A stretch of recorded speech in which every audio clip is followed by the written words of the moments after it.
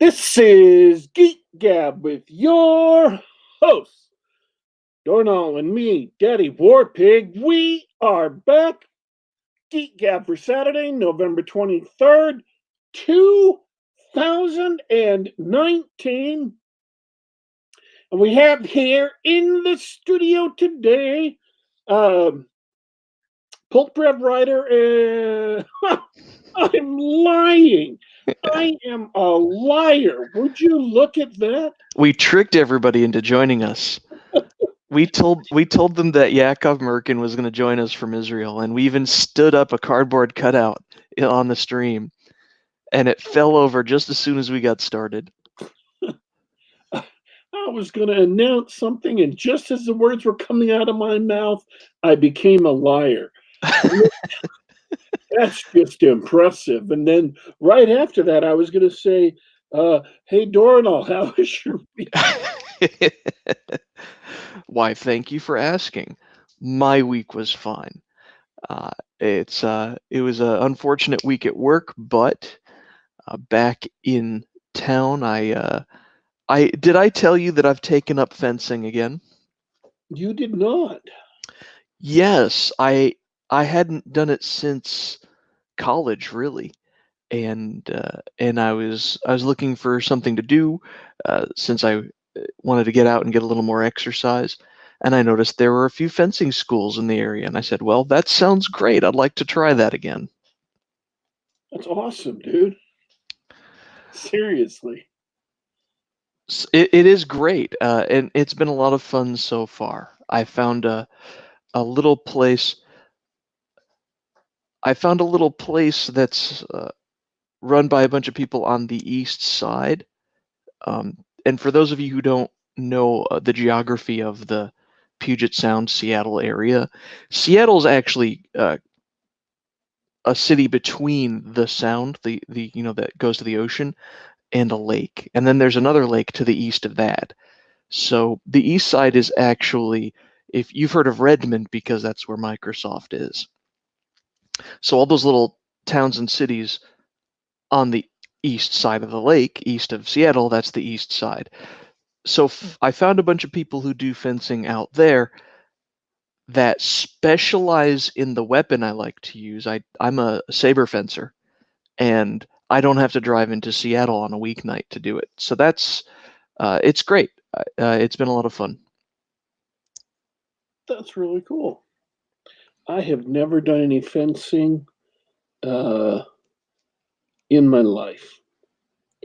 I've never had the opportunity. I've never been in a situation where that would be a realistic opportunity for me. None of the schools I've ever been at have taught fencing.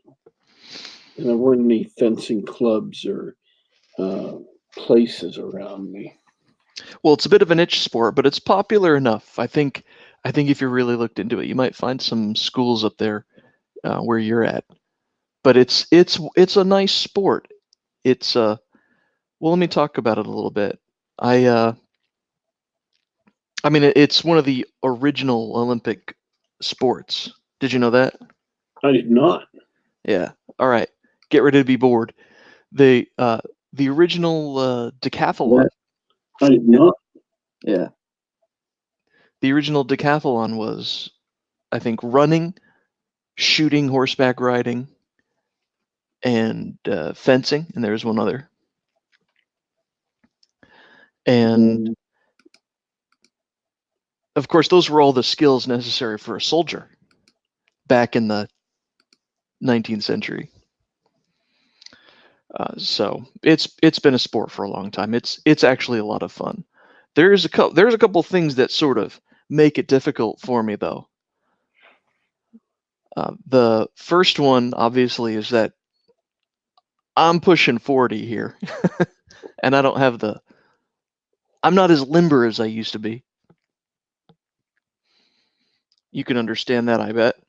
Yes. But the other thing that I had forgotten about that was a real problem is a long time ago, I had a nasty fall and I broke my wrist. And it's the wrist on my right hand.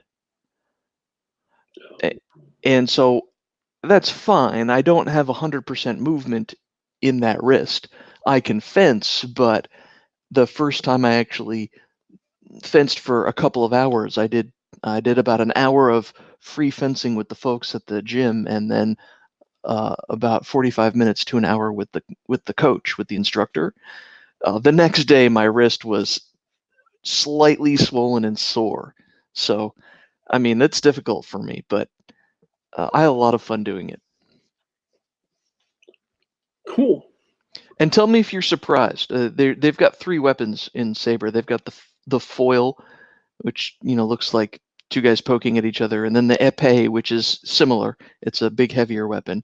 But I fenced the Saber. And tell me if you're shocked, but I prefer the Saber, not just because it's a slashing weapon, but because when you fence Saber, the action is fast and aggressive. See, What? the Saber. I did fencing for about like a couple of months, like years ago. It was pretty fun. We'll get back to it, and welcome back to the stream. Thanks. Yeah, no, I don't have time. I have too many things I want to do. I don't have enough time. Well, it's a classic problem. You guys with your writing careers, this is what's killing me. Whenever I talk to you or the other, Pulprev authors, they talk about, oh yeah, it's actually a full-time job. You have to write all the time. So hey, quit your illustrious writing career to go fencing. That's what I say. Yeah, well, I'm ready training for Ninja anyway, so I think I have enough to work on for now. Oh, that's right. You're doing Israel Ninja Warrior, yeah? Yeah, I'm waiting for auditions for season 3. It's in February, I think. Oh, that's awesome. So do you have obstacle courses that mimic the show that you train on, or do you just do general training for fitness? Mostly I do general training, just because I'm on base all week most of the time still. But there's a ninja gym about a half an hour from me that has some of this, like the very iconic obstacles, and also other stuff that's generally either obstacles directly from the show or things that are close enough that you can train the proper movements and the proper muscles, etc. So that's pretty new. That was only open like last winter or so, after season 1, because this is only season 2 just finished here. So it's still pretty new, but it's opening up and getting popular, I think. That's cool, and it's sort of all the and I don't mean to denigrate the work that you're putting in, but all of the sort of goofy game show type reality shows, Ninja Warrior is the coolest because it really does showcase impressive training and fitness, and so it's like a worthwhile game show, if that makes sense. And I hope you kick their asses. So. Oh yeah. Yeah. Oh yeah. So welcome back, Daddy Warpig. Thank you. Do you want to finish your wonderful introduction of our illustrious guest? This is Yakov Merkin, who is a science fiction writer, and he's also in the IDF. So watch what you say.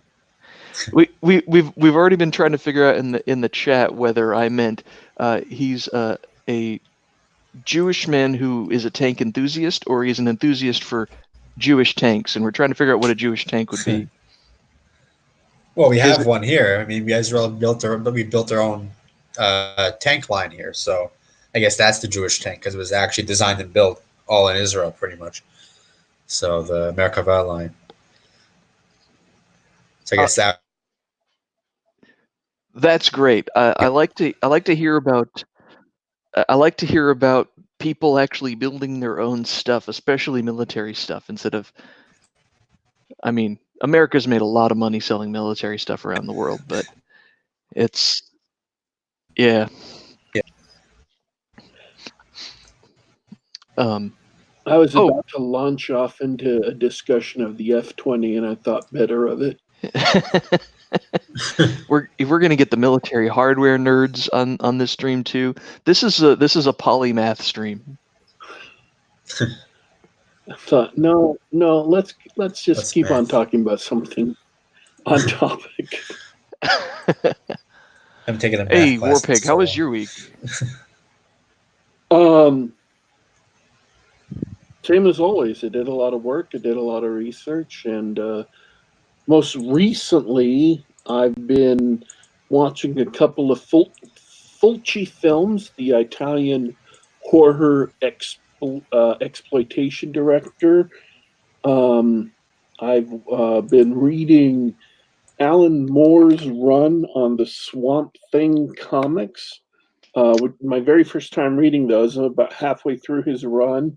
He did about 4 years on it. He invented John Constantine, Hellblazer for Swamp Thing. So it's the very first appearance of John Constantine. He is a fabulous writer and storyteller. Um, it's just astounding once you get back into when he was writing just as a writer and wasn't yet Alan Moore. He was really amazing. So that has been very, very enjoyable reading it, and it's really good horror. Well, that's interesting. That's not the first time I've heard that. You know, the Alan Moore Swamp Thing is the only other comic I've read. Did you know that I've seen those? Just blew your mind. You've seen those like pass them by in stores, or you've read them? I've read some of them. I actually have I don't know what they call it. Just I've got a paperback with the first few Oh, you've got episodes. the first trade. Yeah, the first trade paperback. It's got like seven issues in it. And I think you're right. The Swamp Thing is sort of, or was the Swamp Thing was his. It was meant for him. He was a good writer for that sort of thing. It's just really just killer horror. I mean, I just enjoyed it, and And I want to spoil something. The cool thing about it, I think, was the origin story that he did, sort of turning the Swamp Thing on its head. yeah, Where and I don't mind spoiling this, the ultimate. Well, no, I shouldn't. Is the statute of limitations out on a comic book that's like 30 years old? from 1984. Yes.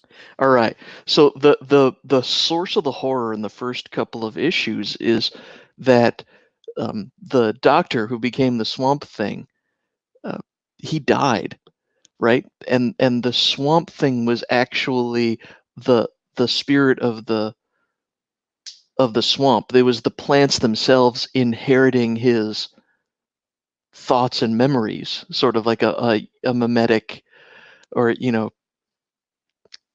and he compared it to planaria worms eating other planaria worms and learning how to rerun the obstacles from the deceased worm, that sort of thing. I don't know if you ever know that story, but that was part of it. So that was part of the horror too, which I thought was really cool. Yeah, he did a lot of really interesting things with what was to me familiar concepts. Like he had a vampire story, and he did different things with vampires than I've ever seen anybody do. Um, and that was just cool. So I've been very much enjoying those. Um, and I've done some other things this week too. Some of which I want to talk about next week because they tie into the ending rant from last week. So Multi-week. We're gonna have a multi-part, multi-week rant. yeah. But it's been a lot of research, been a lot of work, been a lot of development, and things go on. Amen.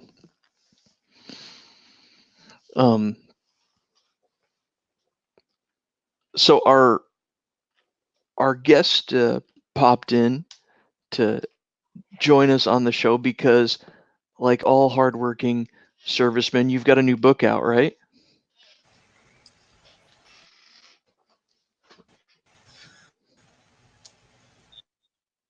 Yeah, book space opera series, Galaxy Ascendant series, and also this is kind of a funny time because I have the next book, book 5, is coming out on December 10th, so it's only a couple weeks away.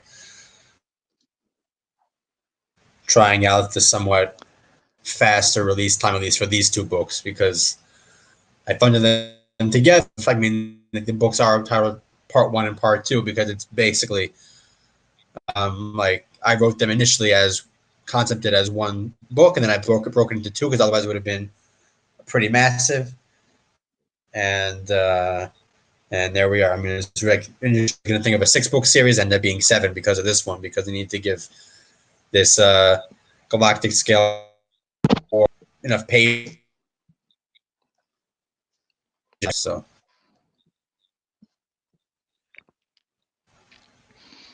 All right, is this the book cover? I love this book cover, by the way. This poor alien guy, his face is floating through space and always gets shot. Is this the book cover that you got pulled from Amazon for all the blaring blasters? I think I did that.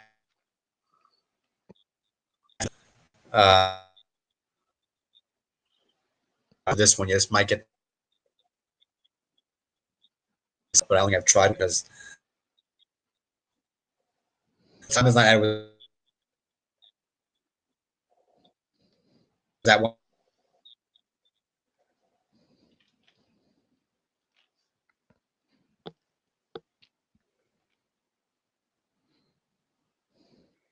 Yeah, I think your audio got cut off by the internet.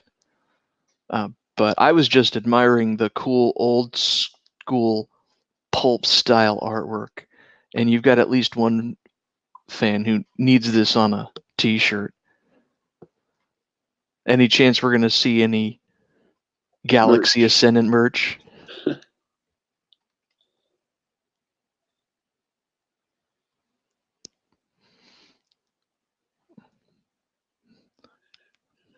That's a no. He's offended by the idea, and he just had to log off. I mean, we should tell people Yakov is located physically in Israel, so he's quite on the other side of the world and also on Wi-Fi. So Yeah, and he swears he's not really anywhere near the war zone, but I don't know. Mega Buster Shepard may have it right. Hamas is in on his equipment. he couldn't tell us if he was near a war zone anyway. That's classified information. Oh, sure.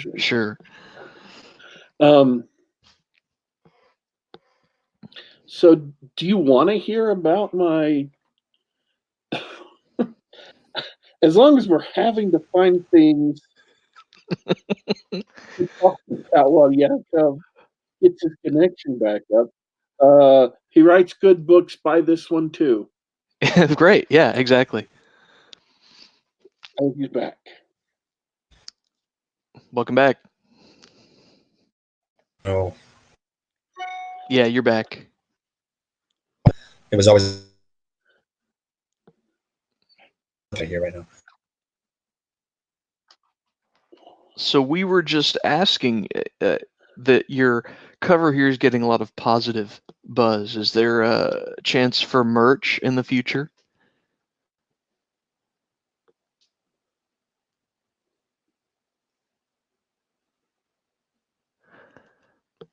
I need one of those. I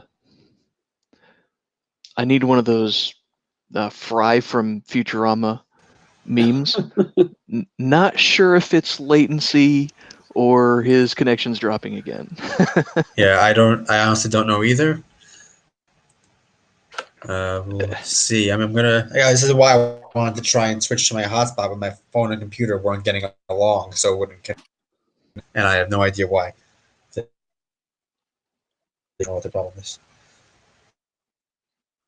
Well, you're coming in clear right now. Is there something that you want to talk about, pontificate on a little bit, so we don't have to worry about the latency? Sure. Or the. Oh, I'd love to hear what's on the top of your mind, books or whatever else is going on in your life.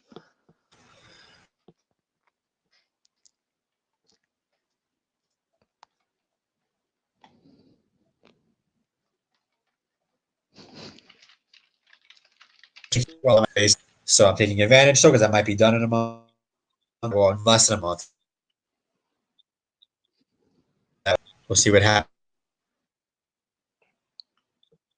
Book 6 is now to my editor. Hopefully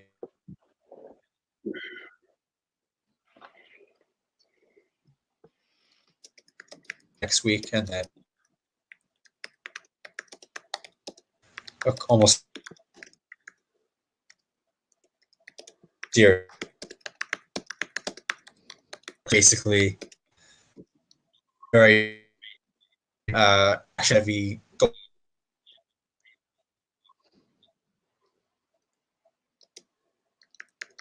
Yeah, I remember that. With Noah Severing around here, it's all. But it is gonna be. It's not going to be as much.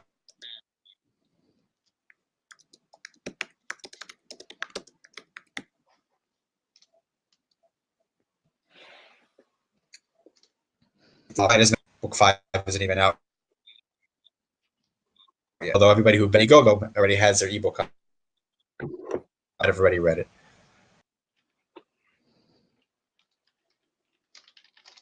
Oh no! All right, I'll tell you guys what we're gonna do.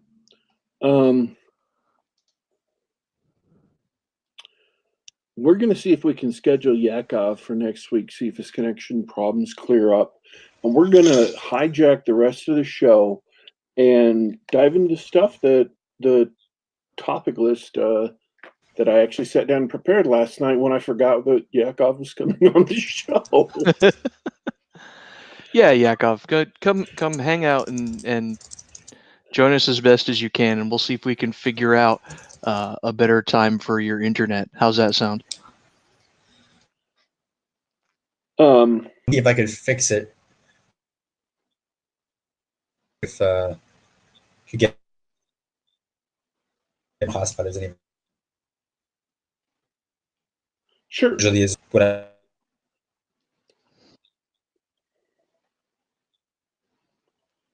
Take some time, see if you can fix it, and if you can't, we'll be running. All right, Okay. Daddy Warpig, what's on your mind? I will let you know.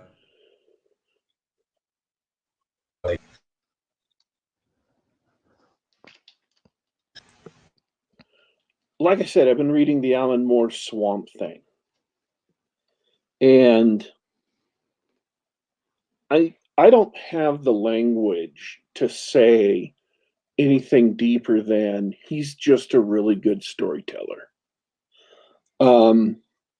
He has great economy of language, and let me say first that the people who created Swamp Thing, they had like 20 issues before the first Swamp Thing series finished, and then they had another writer come on and do 20 issues or so, and then Alan Moore came on and started his run, and his run lasted about 45 issues. So I read, 8 or 9 issues of Alan Moore, and then I went back and read one page of that second guy's run. And I'm not saying he's a bad writer. I'm not saying he's a bad guy because I haven't read anything else he's written. But he had so much text on the first page that having gotten used to Alan Moore, my eyes were just rolling in my head. I was fighting to stay awake. It was awful. In a comic, you have to have economy of language. You have to be very sparse. We talked about this on the show before. When John was here, John Delarose was here. We talked about this in relationship to his comic, which is what Flying Sparks, which is what he was, what was coming out when he came on the show. So, but Alan Moore has this, and yet at the same time, there will be pages with, a relatively large amount of words because they need them. So not only is he economical with words, when he needs a lot of words, he puts them on the page. He doesn't just blindly follow the rule. So that's one good thing he does. And I could point to several different good things he does, good techniques he uses.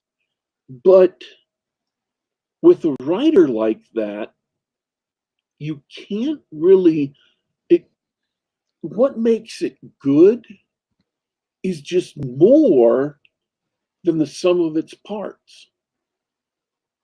Does that make sense? Sure. Yeah, he's using the techniques as a writer to create something great, more than the sum of its parts, as you said. Yeah, and you could have another writer who's using all the same techniques and using them correctly. I mean, he's not doing anything identifiably wrong, but he just wouldn't be as good as Alan Moore is. There's something about some writers who just have that spark of, creation, and I'm sure that's true for, from what I know, for all art. There's something about certain painters and certain composers and whatever that they have better results, their talent, or what the Greeks used to call their genius. They have better results with their material than other people do, or, Amadeus versus Salieri. But whatever it is, at least for this run on Swamp Thing, Alan Moore had it, and I loved it. It was just awesome. It was horror stories. They were good horror stories. They were involving. They kept me gripped to the page, and they were just really enjoyable. So I would highly recommend, if people have a way of getting hold of the volume 2 of Swamp Thing, beginning in issue 20 to issue 40 or issue 65, by all means, read them. They're just spectacular. And they're spectacular in a way that you can't demand every comic be, because they're unusually spectacular. There are other comics that are excellent and quite good, but they're never going to be this spectacular. So you can't expect everything to be that good. Some things you just have to settle for good or excellent. Only good or excellent. I Yeah. like that. And how much of that was writing ability? How much of that do you think was matching the author to the genre, or matching the author to the source material specifically? What happened is he came in and exactly as you were pointing out with remaking the origins of the Swamp Thing, he remade the material in his own image. He just, he changed the tone, he got rid of all the background characters that the previous author had worked on for the first 20 issues. He changed everything to inhabit, so that it fit his tone, this darker horror tone. And so, I mean, he was writing Vertigo comics like 10 years before Vertigo itself was even a thing. So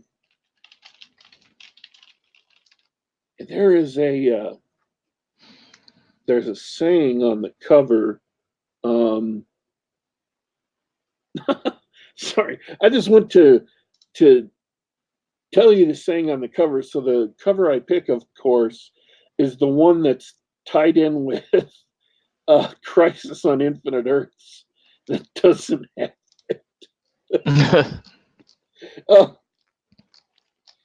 And I want to get into sophisticated suspense, is what they call it. These comics were very much for adults. They were not for children. And I don't mean that in a bad way.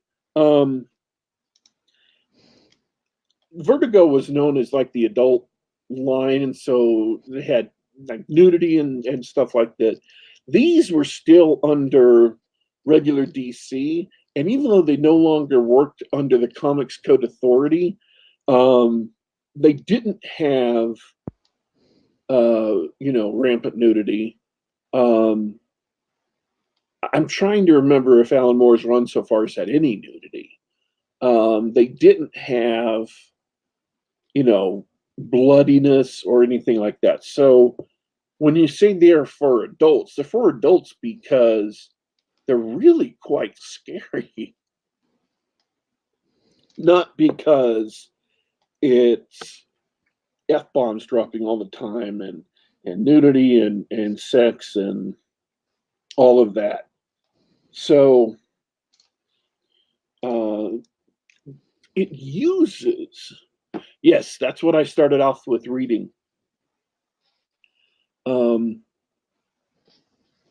It uses horror in just really cool ways. I'm going to have to get specific, and I'm trying to remember which one of these runs is the best. I mean, which one of these story arcs is the best? I'm going to do the vampire one because that's the one I like the most. Oh, is that the one with the vampire that feeds on children? Or am I thinking of a different story? You're thinking of the Monkey King. Yes. I really liked that one. Yeah, that was really good too.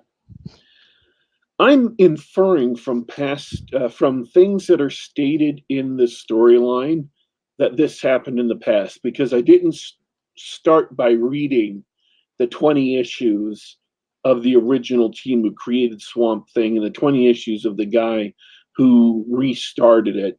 I only read Alan Moore. So I may be inferring incorrectly. There is a little town close to the Louisiana swamps where the Swamp Thing lives, and it's called Rosewood. And at some point, Rosewood started to get a vampire infestation.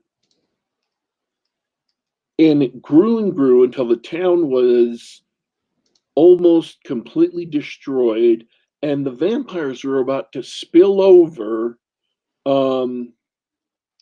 out of the town into the surroundings and just start to expand. So the Swamp Thing at this time, before they retconned it, he was Alec Holland. In order to save all these people, he tore down an old dam just above the town. In vampire lore, it's said that vampires cannot cross running water. And in the comic, they changed that a little bit to say that the reason why they can't cross running water is because running water will destroy vampires. So he tore down this dam and it swept through town.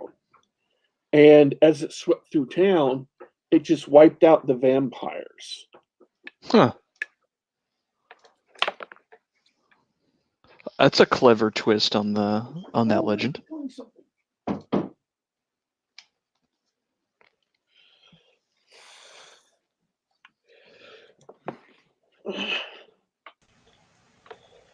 Yeah, that's a cool way to dispatch some vampires. I mean, it's maybe not as exciting as getting the steaks and the garlic out, but Sorry, I had a small human technical difficulty. There've been a bunch of those today. Hey Yakov, how's your equipment working? I mean, I think how's it's your better. internet? I got my phone connected to the computer on the by USB, so it seems to be using that now. So hopefully that means it'll be fine because I have a good phone service here, so that should be a That's much funny. better option. I mean, so far it seems to be fine without. I'm not hearing any choppiness this time, so hopefully that'll work. No, you're coming in much clearer now. Okay, yeah, well, yeah. I mean, that's just my Wi-Fi in general isn't that great, and then sometimes it just doesn't work at all. So, Oh, I don't know. and you got cut out almost all of the latency. You're actually hearing me almost in real time. Okay, well, that's good. I guess that means I have good phone service. Let me finish this real quick, and then we'll Yeah. get back to Galaxy Ascendant. So that's the backstory to this 3 or 4 issue run. It turns out, after he destroyed all the vampires, that what happened is a small group of them survived because they were in an airtight freezer in the supermarket. Yeah. And so the running water never hit them. And now they're living underwater in Rosewood. And unlike any other vampire infestation that had happened before, they had set up their own community, their own town. And they would just come out of the swamps, because now it's a big lake, right? And the town's buried underneath it. They would come out of the water, grab people, take them back, feed on them. And that's when Constantine brings the Swamp Thing in and says, we need you to clear this mess up because people and kids have gotten kidnapped and taken in, and we need you to finish the job that you botched. Whoa.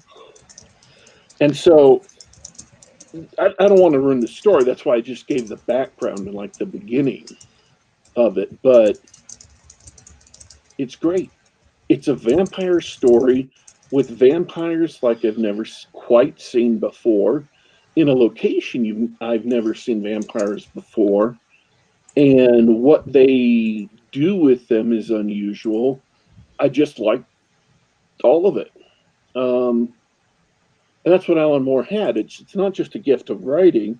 He actually put together some good things. I'm not saying they're 100% original, but they were definitely novel enough to hold my attention.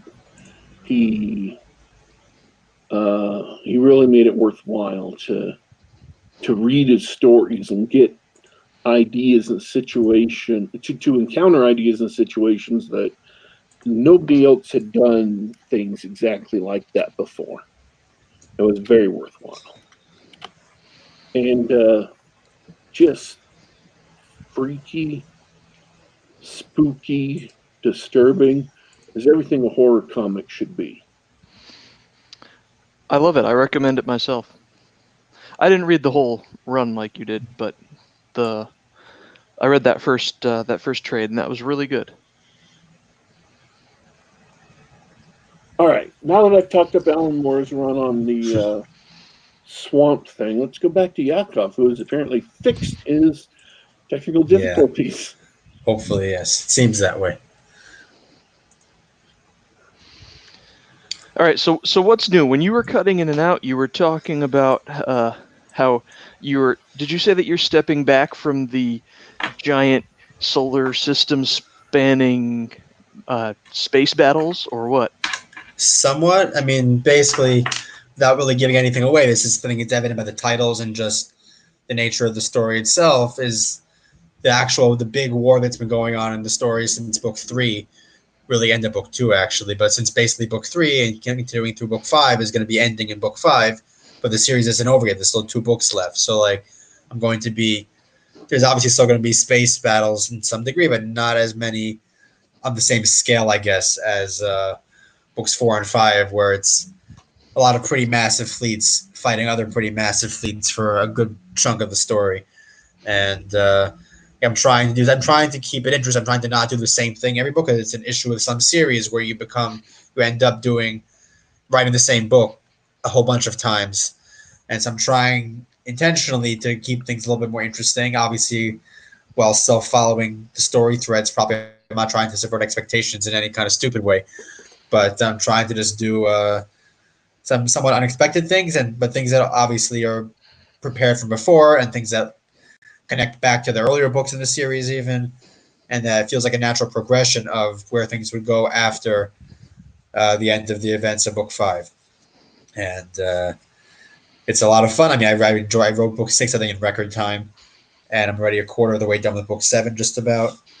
So moving along very nicely. My goal is to get them both out by May, so I get to claim that I wrote a 7-book series in 3 years. Just so I could have that as like a little thing I could say from now on, because that's about where I'm at this point. Like May 2017, I released book 1. So that 3-year anniversary would be is my personal deadline for finishing the series up. That'd be great. Yeah. Forgive me for asking before, if I've asked this before, but are this series spanning 7 books? Are you following the same main character throughout, or is it more of like a setting where you tell different stories? No, it's the same. All the main characters from the earlier books that are still here are still there, and they're still being followed. The only difference is I've been adding more characters. So by the time I get to book 5, there are 9 viewpoints. I went a little bit crazy, I think, with the amount of character viewpoints I have. That's why book 5 is the longest book in the series, aside from the first one, because I need to add enough space for an extra character for book 5. But yeah, everybody who is around in all the main characters from book 1, follow through all the way to the end, with just adding on new people. But nobody after book 5, nobody new, aside from possibly a spot viewpoint here and there if I need a certain, like a side character to get a viewpoint for one short chapter or a part of a chapter for plot reasons. I might do that, but otherwise, the cast we have, the main cast, is what the main cast we're going to have all the way till the end of the series here. Cool. Yeah, it's been fun. It makes it easier to write, because the longer you write a character, the easier it is to just go right back into their head again and just keep going where you left off. There's a lot less time spent trying to think of what they would be saying or how they would react in the situation. Like, they're people that I know very well by now. So it's just, that's part of the reason why each book in the series more or less has been written at a faster pace, because in addition to that, the setting obviously also is largely already established in my mind and in the book. So I don't have to think as much about what goes here or where they are or what ships there are here or who's on what side. And that's one of the reasons why series are preferred by a lot of writers, because the world building is done already by large degree from the early books, and I just keep going and obviously adding new stuff too. But it's less work overall as compared to starting over with another series, another setting. So yeah, it just keeps getting bigger. Yeah, that makes sense. What about? Do you have any, or have your readers? Sorry, I'll ask this a different way. Have you had any breakout characters? Anybody that your readers really like? They're like, hey, tell me more stories about so and so, or can I get a T-shirt with the Star Trek android on it? That sort of thing. I don't know if anything comes to mind. I know because I don't have that many readers that are directly talking with me about stuff yet. I mean, there's a growing number of people who I know have read the whole series, but I don't know if I've had any specific characters mentioned yet. Although one reader did specifically mention he did like it's a side character who is basically a Darth Trump. If you ever saw that video from a few years ago, like Oralnauts made it, where they overdubbed Darth Vader scenes from Star Wars with Trump quotes, and it was very funny. So I decided to make a character based on that character because it was really funny. Oh, I'm going to look that up now. Yeah, it's a very funny video. But so this guy, I have a character that's obviously a side character for many reasons, who is based, I could describe as a Darth Trump kind of character, and it was a very fun character to write. And one reader specifically mentioned that he really enjoyed the character because it was kind of a Trump parody that didn't go into like over the top in making him like the best thing ever, but it allowed him to be kind of annoying a little bit in the way that Trump could be annoying. But also, you see why people might like him in universe and why people don't like him in universe too, obviously. But it was a fun little side character who gets to have some interesting moments. In books 4 and 5, actually, he really gets to do some fun stuff, interacting with some of the other characters, and he'll probably continue on past this main series because the universe itself is not going to be ending with book 7. I have plans to write in this galaxy probably forever almost, and that character is going to be sticking around. Although I have had characters, I have had characters start off as side characters who got themselves promoted to main character because I just enjoyed writing them so much. So I have had that, but that's from my own experience from writing it. Obviously, not directly from a reader mentioning anything, at least not yet. Oh, that's good. I love to hear about the Darth Trump thing. You know, that just makes me realize that guy, for all that he's loved and hated, that guy is going to become a permanent character. Just thinking about that. Now I'm just waxing here. But think about the characters we have in our history where you can think of, at least in American history, Teddy Roosevelt's a character, Lincoln's a character, Washington's a character. Maybe he's not as great as those men. I'll let history decide. But he's such a big character. I think Teddy Roosevelt's the best comparison. You know, we're gonna see 100 years from now clips of him saying or doing weird things, that sort of thing. In the same way people use like a animated GIF of TR putting on his hat or something like that, right? Yeah. Just think about that. One of the most enduring characters of our lifetime.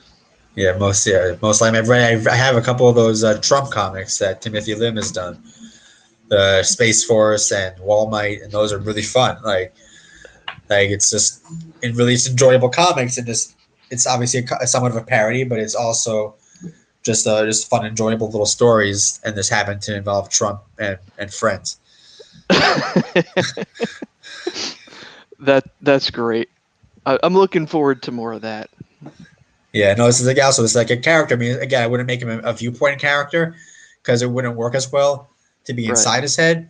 It's better to have somebody looking from the outside, seeing what he's doing. But it's actually like the opening chapter actually of book 5, without spoiling anything, has him actually getting a pretty awesome moment that kind of like is a somewhat comedic chapter in a way that kind of subverts, but it kind of makes it interesting, and especially in light of how book 4 ends. Like it basically it's basically the same viewpoint character from the end of book 4 and the beginning of book 5, and you get to see.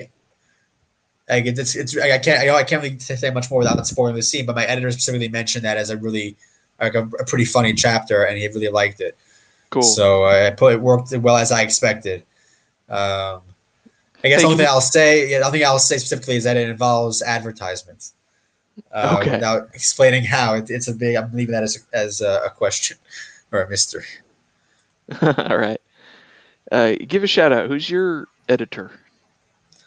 Ben Zwitsky, I think is how you pronounce his last name. He's been involved with Superversive for a while. I think he might have been one of the original Superversive people. But he's edited all of my novels so far. So it's all 5 Galaxy Ascendant books so far, and The Dragon Hand, which is my fantasy book. I'll be getting back to that series once I finish book 7. So that'll be hopefully both of the last 2 books in that trilogy will be out next year. But so he's edited all my books so far, and obviously having the same editor for the whole series helps because he remembers stuff, and so he could mention something if like he notices that I'm hinting at something or I called back to something. And obviously he also has enough of a sense of the characters that he could let me know if something feels a little bit off that I should adjust in one chapter or another that I'm working on, that he wants to revise something. But yeah, it's been a very consistent project. It's the same editor, the same artist for the whole series, and I like working that way. Well, I mean, I think you're getting results here. The art in particular, dealing with this artist, I love this old, painted style cover. Yeah. Very pulp reminiscent. Yeah, that's part of what I wanted when I first was looking for art. I didn't want it to do just another spaceship on a cover thing. Like those have been done to death, and you can't tell one book from the other really without knowing what the title is or something. This obviously, I'm still not a pretty big name yet, but the idea is that these are covers that people will see and then remember that you will just recognize the book without having to know specifically what the title is. You can just see the cover and just know that it's from my series because it don't look like a whole lot of other stuff in the genre, or at least not right now. So, and also it gives me a way to get my art of my characters without having to wait for fan art to happen because I get to commission it for the cover. So it's a win-win. Heck yeah.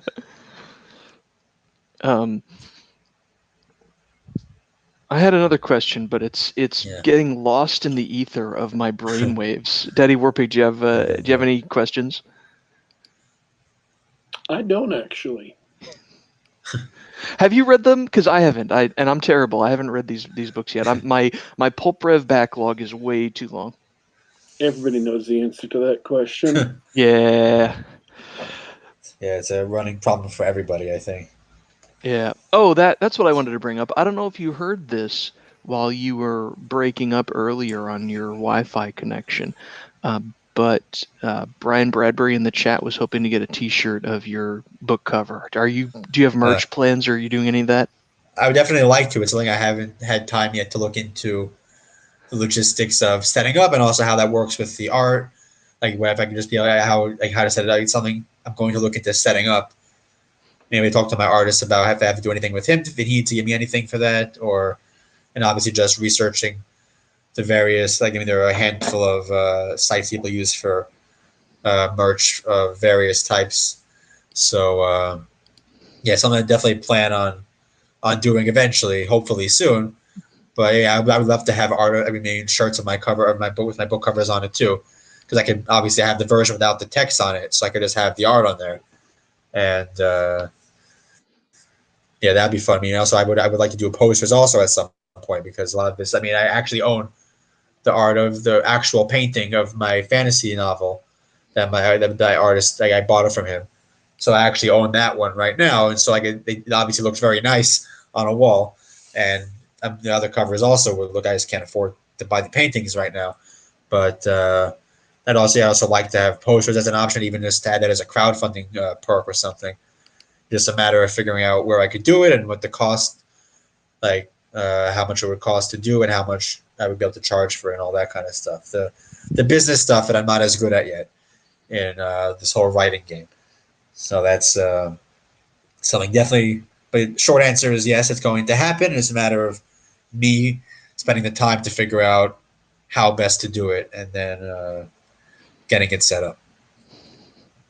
Yeah, I mean, I hope so. This artwork is really cool, and it's the sort of thing that belongs on the wall. And of course, getting people out there looking at this stuff, saying, "Hey, what's that from?" Oh, the awesome book series that I have. Check it out. Yeah. Yeah, actually just got an email from my artist over the last day or so, moving forward on the book 6 cover already. So that's coming out nicely too. I get to have laser swords on book 6 and book 7's finally! cover. I didn't want to say anything. I was hoping Yeah, that we would get the laser swords. Well, they've shown up in the series starting in book 3. I mean, there are other energy swords in the series also besides for that, but like actual like more lightsaber-ish, until they function very differently.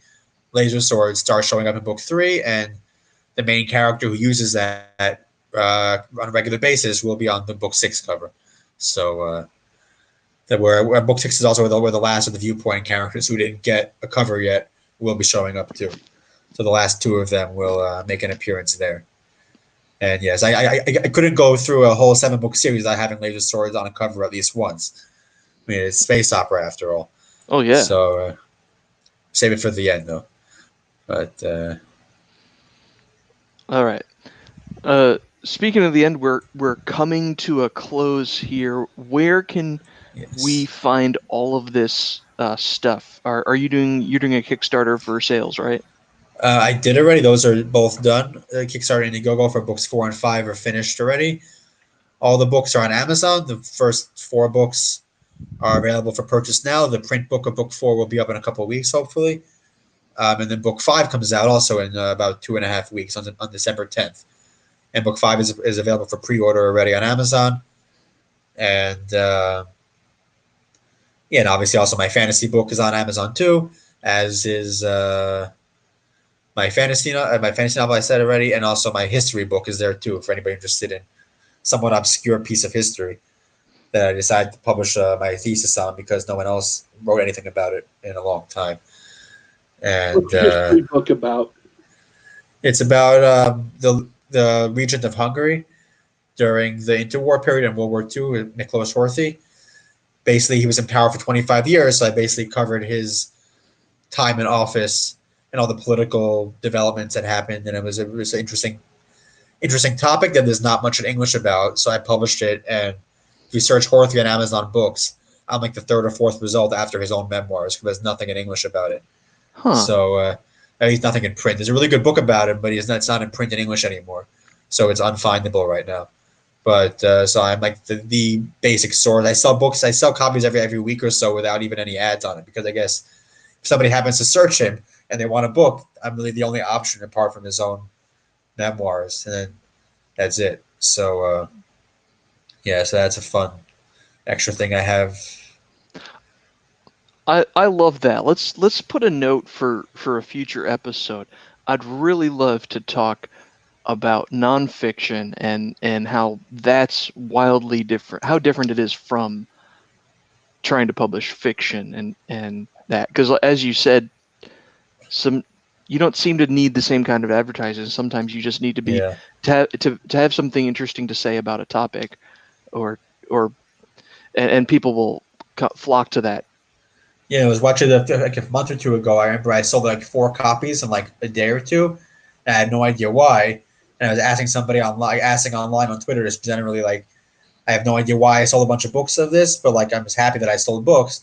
And apparently some game had just come out or just got patched or something that added in Hungary as a faction in that time period. And he's the head of state for your faction if you play as Hungary in that game.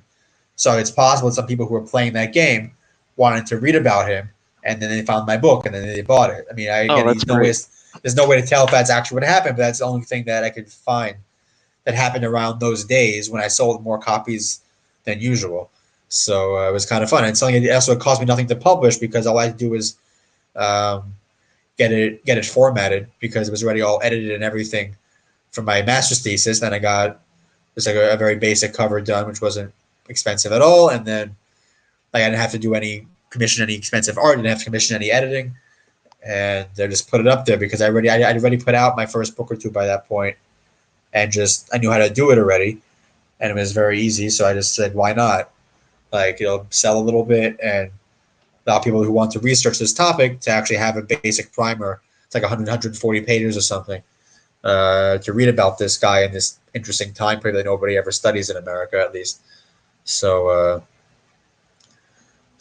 that's there. And also, you saw on Amazon before, I also have stories that came out in 2 separate anthologies this past year, both set in the Galaxy Ascendant universe, but not connected to the main story. They're both set actually like hundreds of years before the actual series. So it allowed me to practice my short stories, which I'm still working on getting better at.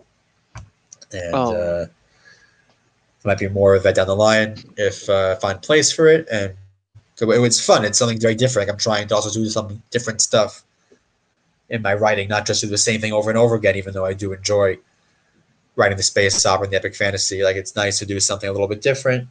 I have a whole different project also in the works for next year too. An entirely different kind of fantasy series that I'm outlining now. So just trying to keep moving and trying to also hit that 20 book mark. Because that's one of the 20 books of 50K people. That's one of the big things they say is to try and get to that 20 book mark, and then like that's really where you can start making things move more. So I'm trying to move along. I'll soon to have 7 books out, and then so I'm already almost halfway there. Well, I think your pace is going to improve, and I'm happy to hear that you're making progress on your dreams. I know that's sort of It sounds corny and everything, but it's true. This is great. Yeah. Well, everybody No, it's knows just everybody knows where to get your stuff now. We've got your author page on Amazon. yeah. All those anthologies that you mentioned and all the Galaxy Ascendant books are here. It looks like you've got a sale on your first one on. Yeah, the first one I've more or less just kept at, especially now that I have up to book 5 already. So I kind of like the idea of keeping book 1 at the 99 cents as a way to just whoever time wants to get started on the series can pick up book 1 for very cheap, and then hopefully they'll be interested enough to stick around for the next 4 to 6. That then they'll be able to then buy the regular price. So it seems to have worked. I've had days where I sold the whole series so far, so I think it does work to some degree. Well, But, yeah, I've heard that having a back catalog is the most important thing. That people usually start at book Yeah. 3 and then go back and buy the first 2. Is that what you're seeing in yours? Yeah, I mean, I can't tell it all the time, but I mean, like I said, I have had days where I've sold books 1 through 3 altogether. Also, because Amazon has book like a series page for the Galaxy Ascendant series where they show like all 3 books. They haven't added book 4 yet. I emailed them this week to get them to add book 4 to it too. But so they had a page where it shows us the whole series up to that point, and obviously people could buy the whole thing from right from that page there, which is very easy. And I mean, that's a nice little thing Amazon does for you also. So Cool. Well, I appreciate yeah. that. Do you have any other last thoughts before we sign off for today? Nothing specific. I'm obviously just check out the books. I'm also hopefully going to be having some more fun stuff down the line too. I'm working on. I commissioned concept art for one of the ships in the series. I'm hopefully going to do more of that. I actually have a subscribe star page that I haven't really been promoting it much yet because I'm trying more or less going to wait till I have the first one of those concept arts done so I can actually show people what I'm going to use that page to fund. And I might open a Patreon also for the same purpose, just to be able to fund supplemental stuff like artwork stuff, especially for the series, because it obviously is very fun to have visuals of the actual ships. I already have the characters on the covers, so and there's plenty of interesting ships. I think that would be make for very good concept art, and then potentially more down the road. So if anybody wants to support that kind of stuff, I do have a subscribe start under my name. That's just there. I mean, I guess I'm going to promote it more once I have that first finished ship art as a way to like show what you'll be supporting. It's a little bit hard to try and promote that kind of thing when you don't have anything to show yet. So that hopefully will be moving along in the near future too. Because I do plan, as I said, I plan on writing this universe for a long time. I already have, I think, 4 or 5 different spin-offs or kind of sequel series to this one already in the basic idea phase, and then I'm going to start to outline them probably over next year, and then start writing them maybe the year after that or something. Take a little bit of a break from the space opera, do some more fantasy for a year, and then recharge the batteries, as it were, and get back into the space stuff once again. Well, that sounds good. I mean, best of luck on that and your Thank you. Yeah. and your Ninja Warrior training. We'll check in with you when you've got that stuff released and you're moving on to the next big thing.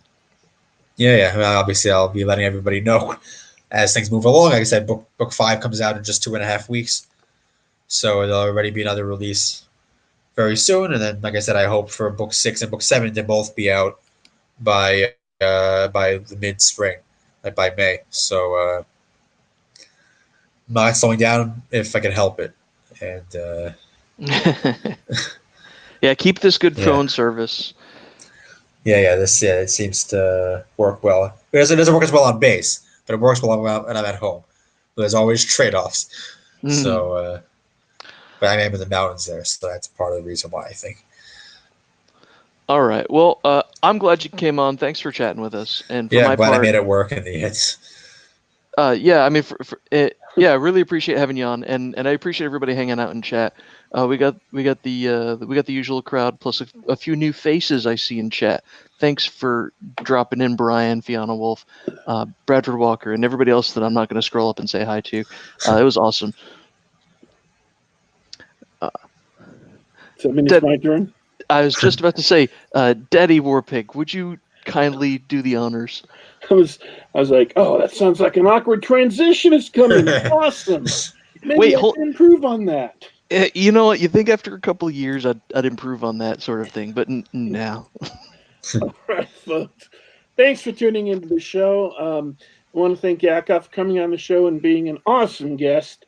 And want to, of course, thank Dornall for being my co-host and taking care of setting up the show and finding the art to put on the clips and stuff like that.